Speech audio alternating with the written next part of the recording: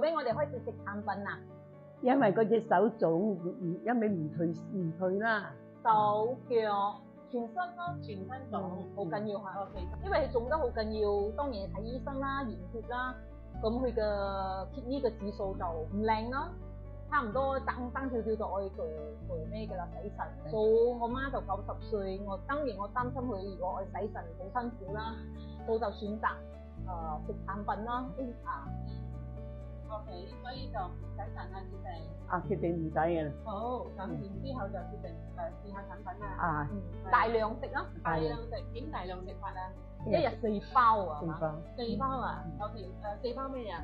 藍色啊？藍色3包，嗰隻烏蘇就1包。不過烏蘇因為會屙得緊要嘛，所以隔日食啦。重點係6個禮拜後之後，我哋有驗血，我哋有 follow up 啦。咁個驗血個報告出嚟嘅 reading 有靚仔啦，靚仔咗有正數，然後消腫咯，有消腫咯。